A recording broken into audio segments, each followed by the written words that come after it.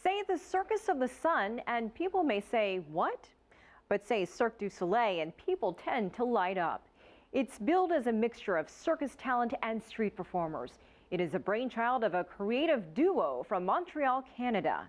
Today, Cirque has talent that comes from every corner of the globe. The various shows have been performed on every continent except Antarctica. What drives the performers? Where does Cirque du Soleil find this wealth of unique talent? And what can we expect for the future? For a look inside this magical world, America's Now contributing correspondent Sean Calebs spent the day with the cast from Cirque du Soleil's Totem.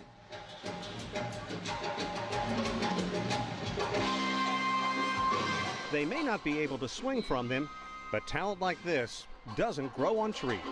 Basically, we travel around the world to find them. The world is our playground.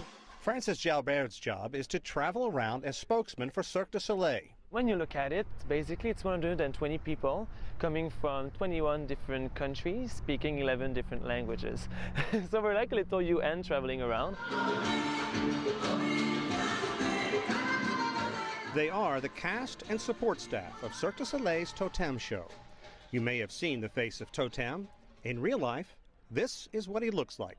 Umihiko Miya. I am a frog on stage, yeah.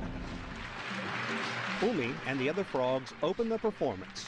Totem is supposed to chronicle the evolution of man, beginning in the primordial state. It was surprising because I never did acting. So it was weird feeling. I was not me, but I wasn't frog either. In the beginning I was not the character. The show has been traveling for nearly 3 years now and is currently in Atlanta. And Umi has grown into the role and is always pushing the group to go a little further in the name of entertainment. I think that's my personality. I like challenging. I never get satisfied. So always trying to do new thing and then invent something new to be creative. What we try to do is like to make everybody equal, you know, like here an artist is as important as an employee and you're all part of this show, you know, the show is the star and we all want to work to make this show happen. So there's not a lot of egos, there's not a lot of people that think that they're big or something. We're all normal people doing our job. Another of the frogs is Kaoning Wang, who nestled into this career after he stopped competing as a gymnast in his native China. I stopped my gymnastics for 2 years, and after 2 years my coach called me, say there's a acrobatic audition in China, do you want to come? I say sure. That is how Cirque finds many of its artists. We have a team of scouts in Montreal that attend gymnastics competition, they'll go to circus festivals and they'll try to find all these athletes and artists that make this show happen. Because we don't have only gymnasts, we have people coming from traditional circus, we have dancers, actors, singers, so we have to find people in all those fields that are professionals, but also have the open-mindedness to join a show like this one where they all have to work together. Today, Cirque du Soleil is an international sensation. It was actually started nearly 30 years ago by 2 street performers from Canada. There are 6 major traveling shows like Totem and 15 smaller shows at various venues. Why is it so successful after all these years? Why have people not grown tired of it the way they've done another circus, say? I think we appeal to everybody. So you can be 7 or 77 years old and you'll get something from the show. And you can live in China or live in Germany and the show will talk to you as well because there's no spoken language. But it does create a great deal of awe. Even performers are amazed at what their colleagues can do. Fabio Santos is a frog from Brazil. I really like a Russian bar. The way the guys fly is amazing.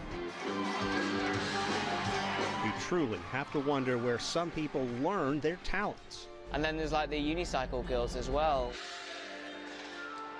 Being able to kick balls onto their teammates' heads, you know, without using their hands is just crazy. Mark Freeman used to be on Great Britain's national gymnastic team. What about your colleagues that you used to train with and compete against? When you tell them what you're doing now or they come and see you perform, is there a certain jealousy, like, God, I want to do that? I wouldn't say jealousy, but I mean, I suppose there's admiration in one sense because what we're doing is not necessarily as high level in terms of technical difficulty, yet at the same time the amount of what we're doing is a lot more. 6 shows a week, night after night. Aside from traveling with a seamstress, Cirque has a chef and physical therapist to keep performers at their peak.